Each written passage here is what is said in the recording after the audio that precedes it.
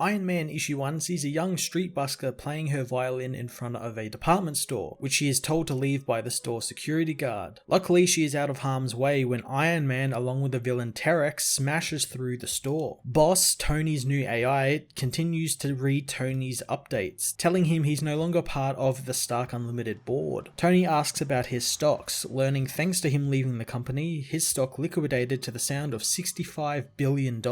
As Tony takes the villain into space, he tells his suit to dump $25 billion back into the market and be aggressively diverse with the stocks. Iron Man smashes Terex into a satellite as later on, Tony, via Twitter, tells the world that Terex has been taken care of. But people aren't too happy that he took out ComTV's satellite, leaving many without internet or TV. The next day, Tony does a TV interview saying that he's stepping away from tech altogether for now, telling the interviewer that machines should be building machines now, and they need to remember what it's like to be human, and he wants to get back to his roots. The interviewer asks about said roots, wondering if he means the billions he just made, his Malibu mansion, or his Iron Man suit. Tony says he did invest 1/3 of the money he made, but the woman says that it caused an 800-point swing in the Nasdaq. The woman turns the conversation towards his innovations, wondering if he knows how many people his inventions have killed. She wonders if this has anything to do with him stepping away, as yet again, Twitter berates Stark for his pretentious quotes. The next day, Tony sells his mansion, telling Rhodey to pack up all his suits as he takes the reporter Glory Grant on a high-speed road trip, knowing this will be a great article for the Daily Bugle. Tony throws his buzzing phone out of the car as Glory says that she isn't doing an interview, she's turning it into a book about Tony and what's real and what's problematic about him. Suddenly the car's tire blows out, smashing them into a power pole before the car comes to a stop just short of the ocean cliff. Tony knows that maybe he should just drop the woman off at the airport, as on Thursday,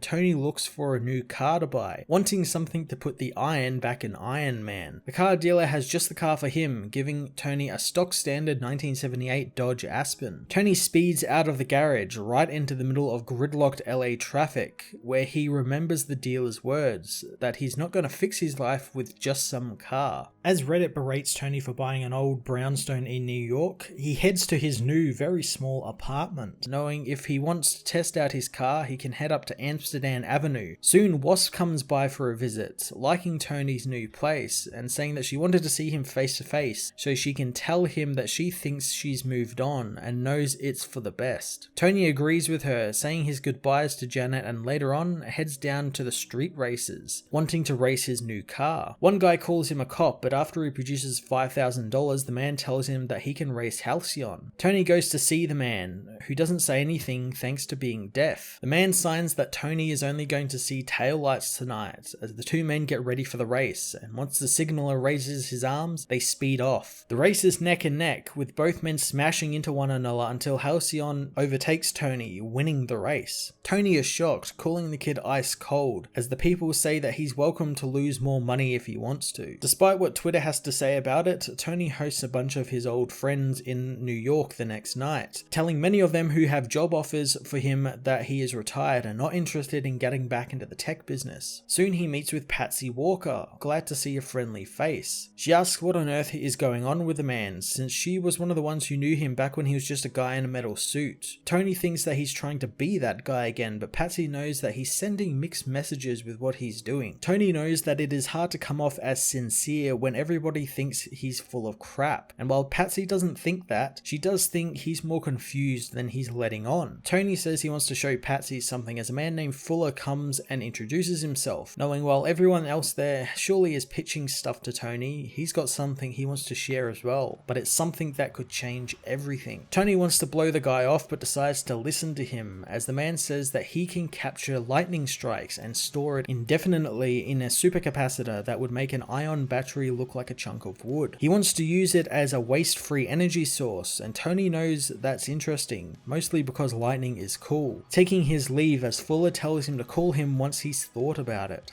Tony takes Patsy down into the basement and the woman spies the car, wondering if Tony is going through some type of midlife crisis. He says it's not the car he wanted to show her, revealing a case with an Iron Man armor in it. Putting it on, Patsy compliments the vintage look as Tony wonders if maybe they should ditch the party and go out as Iron Man and Hellcat. Patsy asks about the guests, learning that in 25 minutes, an EMP device will go off and fry all of the billionaire's digital devices. Patsy now understands why the guest list was like how it was, telling Tony she never leaves home without her suit. As Iron Man and Hellcat head out, the EMP goes off, shorting all of the billionaire's devices. On top of the Empire State Building, Tony tells Patsy that he is indeed confused, and at the start it was very easy. He built a suit and decided to help people, but soon his company, his mission, his vision and brand and reputation took hold and crowded the picture, making it hard for him to see the man part of Iron Man. Patsy thinks that he should dramatically say "who am I" to the world, and maybe he needs to be no one at all. Tony feels a little hurt by that, but Patsy says despite this new humanity he's got, it's still his ego in just different clothing. Soon Tony spots a helicopter on the library roof and Patsy thinks that that's some type of random metaphor, but Tony points out the actual helicopter, taking off to investigate. Soon they find the villain Unicorn stealing a book from the library. Hellcat thinks that he might be just returning the book without paying for late fees, as the heroes confront the villain, telling him they don't think he can check out reference texts like the one he has. Unicorn says that he serves someone called the Other, attacking the heroes. The villain continues to talk about the Other, saying it called him back from the sea and the Other is a monotheistic god. Hellcat smashes him in the face, but the villain blasts her with his head spike, calling her a heretic. Tony asks Boss if they can better defend him against the blast as the suit shorts out and Unicorn unleashes a blast that downs Tony, allowing the villain to escape to the chopper. Regaining composure, Tony blasts through the chopper's blades, causing it to crash. Unicorn crawls from the wreckage as Tony takes the book from him, finding it to be a Gutenberg Bible. Unicorn says that the Other will seek vengeance on him as Hellcat kicks him in the face and knocks him out. Patsy wonders if he really was hearing things as Tony is suddenly struck by lightning. Patsy helps him up as Tony knows that didn't unseat his ego one bit, wondering where the lightning came from, as Fuller watches on from a nearby window and Tony finally deletes his Twitter account. Iron Man issue 1 was a fantastic new beginning for Tony Stark that strips away everything and heads the character back to his roots, but in a totally different and new way. I love Christopher Cantwell's take on taking Tony back to basics, since when it's happened in the past, usually Tony loses something like loses his ability to make Iron Man armors or his money or his company, something like that, but here he's losing everything. And not only that, Tony is getting rid of it himself, which is quite a refreshing change of pace. I enjoy him seeing just willingly give up all of this stuff that's making his life too complicated. Tony's ego also playing a big role in this is loads of fun to watch, and watching him try and overcome it by, at the end of this issue, deleting his Twitter after having to deal with everyone on it was actually quite great, and quite an actual big bit of character development for Tony. I love the new look for Tony as well. Much like his suit, he's very vintage now, with the longer hair and the porn mustache making a comeback, which I really like, so I'm enjoying seeing this sort of 1970s aesthetic applied to Iron Man again. I'm looking forward to a more scaled back Tony as a character, and looking forward to seeing him tangle with characters like Hellcat and Unicorn, and I think in the upcoming issues he's even tackling with Michael Korvac, so that's going to be a lot of fun. I'm going to give this issue a 10 out of 10. A